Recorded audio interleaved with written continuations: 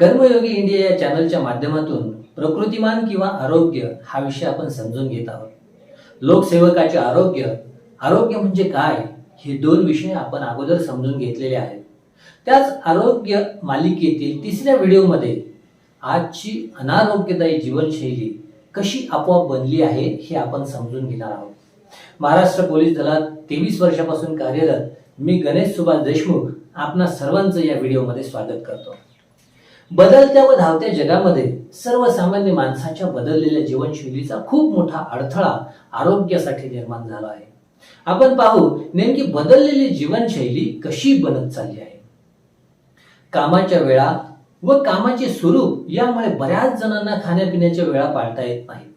या धकाधकीच्या जीवनात शरीररूपी इंजिनाला जंक फूडचं इंधन बऱ्याच वेळा अपरिहार्यता म्हणून पुरवावं लागतं.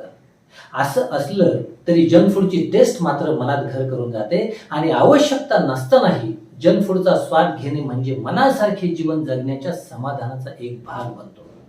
परिणामी जंक फूड हा जीवनाचा एक अविभाज्य भाग बनतो. बऱ्याच जणांचे चहाचे अतिप्रमाण आरोग्य बिघडवते. दिवसाला 5 ते 10 कप अति उकळलेला चहा विविध विकारांचे आमंत्रण आहे, पण आपल्या जीवनशैलीत ही सहजरित्या सामावलेले आहे.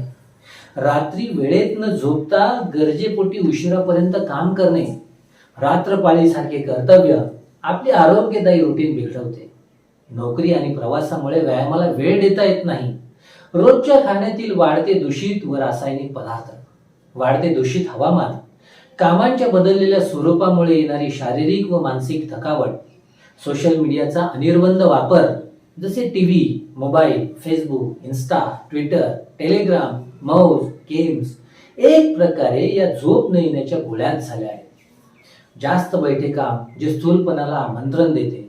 धूम्रपान, दारू, जुगार, शिगार यासारखे शारीरिक व मानसिक आजार वाढविणारी व्यसने. आरोग्य व्यवस्थेतील विविध उपचार पद्धती दिवसेंदिवस अद्यावत होत असताना दुसरीकडे माणसाची प्रतिकार शक्ती मात्र कमी होत आहे. त्यामुळे अस्तित्वात असलेल्या जवळपास 7,000 विविध आजारांपैकी काही आजारांना माणूस एकदम सहजरित्या बळी पडत आहे.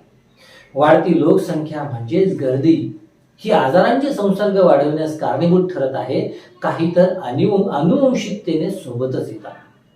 आयुष्य घड्याळावर सतत धावपळ, सतत काम, यातून मोकळीक म्हणून विकेंड प्लॅन बनवले जातात. मित्रांची भेट, थिएटरला जाऊन पिक्चर पाहणे, हॉटेलिंग आणि शॉपिंग हे आपले फ्रेश होण्याचे उपाय झाले आहेत. बदलत्या परिस्थितीच्या रेट्याने आपली जीवनशैली बदलत चालली आहे. रात्रपाळी दिवसाचे 12 तास काम, कामाचा ताण, अपुरी झोप, व्यायामाचा अभाव, शिफ्ट, वेळी कामे, भरभर जेवणे, पाणी कमी पिणे, अपुरी झोप, अपुरी विश्रांती, बाहेरचे खाणे, स्वतःसाठी वेळ देता न येणे याचे परिणाम आपल्या शारीरिक आणि मानसिक स्वास्थ्यावर आपोआप होत आहेत. मानवाच्या शारीरिक व मानसिक स्वास्थ्यावर होणारे प्रतिकूल परिणाम न थांबण्यासाठी यापेक्षा इतरही काही घटक कारणीभूत आहेत. वय कमी आहे तोपर्यंत त्रास होत नाही, त्यामुळे आरोग्याचे महत्त्वच लक्षात येत नाही किंवा माणूस ते गंभीररित्या कधी घेतच नाही. शरीराला आजार जडल्यावर मग जाग येते, परंतु तोपर्यंत बराच वेळ निघून गेलेला असतो. बहुतेकांना आरोग्य टिकवणे महत्त्वाचे हे तर माहितीही नाही आणि त्यापेक्षा अधिक जण तर असे आहेत की चांगल्या जीवनासाठी मानसिक आरोग्य सुद्धा असावे लागते याची कल्पना सुद्धा त्यांना नाही.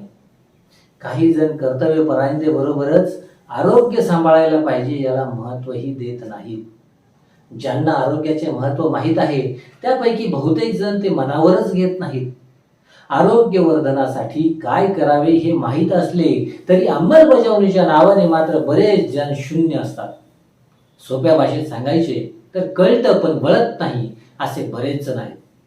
व्यायामाचा निर्णय घेतला तरी सुरुवात करणे अवघड आहे आणि व्यायाम सुरू केला तरीही भारतात असलेल्या उन्हाळा, हिवाळा, पावसाळा या विविध ऋतूंमुळे व्यायामात सातत्य ठेवण्यात नैसर्गिक अडचणी येतात. स्वतःचा वाढदिवस किंवा नवीन वर्षाची सुरुवात जेव्हा असते तेव्हा बरेच जण संकल्प करतात. त्या संकल्पांपैकी बऱ्याच जणांचे संकल्प हे आरोग्यवर्धनाचेही असतात, परंतु संकल्पाबाबतचा सर्वे आपल्याला सांगतो की घेतलेला संकल्प फक्त 27% लोक पूर्ण करतात. 18% लोक 6 महिन्यापुरता तो संकल्प पाळतात आणि 23% लोक 3 महिन्यापुरता संकल्प पाळतात.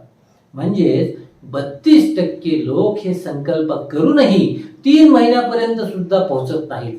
एकंदरीत संकल्प करणाऱ्यांपैकी फक्त 27%च लोक संकल्प पूर्ण करतात. ही आपली एक प्रकारची आरोग्याप्रती असलेली उदासीनताच आहे. आता एवढं सर्व नकारात्मक वातावरण सभोवताली असल्यावर मला आरोग्यावर लक्ष कसं ठेवता येऊ शकतं? सर्वांचं असंच चाललेलं आहे तर त्याला मी तरी कसा अपवाद असू शकतो? मग मी तरी माझ्या मनाला वाईट का वाटून घेऊ? जे सर्वांचं होईल ते माझं पण होईल असा विचार आपल्यापैकी बऱ्याच जणांच्या मनात आतापर्यंतच हे ऐकून आलाही असेल आणि ते येणं साहजिक सुद्धा आहे. परंतु या सर्व अडचणी आपल्या आरोग्याच्या आड येऊ शकतात. या अडचणींवर मात करून आपल्याला आपले शारीरिक व मानसिक आरोग्य चांगले ठेवायचेच आहे हा विचार आपल्या मनात रुजवण्यासाठीच हा व्हिडिओ तयार केला आहे. काही कामे आपण आवडतात म्हणून करतो, काही कामे आपण कर्तव्य म्हणून करतो, काही कामे आपण मजबुरी म्हणून करतो, काही कामे आपण दुसरे सांगतात म्हणून करतो, काही कामे आपण आपल्या भवितव्यासाठी चांगली आहेत म्हणून करतो. असे काम करण्यामागील वेगवेगळे उद्देश असतात. आरोग्य संवर्धन हे काम करायचे असेल तरीही वरील उद्देशांपैकी कोणता तरी एक उद्देश त्यामागे असणे आवश्यक आहे. कुठलाही उद्देश नसेल तरी लक्षात असू द्या, ज्या शरीरामुळे आपली या जगात ओळख आहे त्याची जपवणूक करणे आपले कर्तव्य आहे आणि या कर्तव्य भावनेतूनच का होईना आपल्या शरीराच्या आरोग्य वर्धनासाठी दिवसातून फक्त 1 तास तरी जरूर द्या. गमावलेल्या आरोग्याची जाणीव आपल्याला केव्हा होते हे आपण पुढील व्हिडिओमध्ये निश्चितच पाहू. तोपर्यंत आरोग्य वर्धनासाठी आपल्याला माझ्याकडून खूप खूप शुभेच्छा. जय हिंद, जय भारत.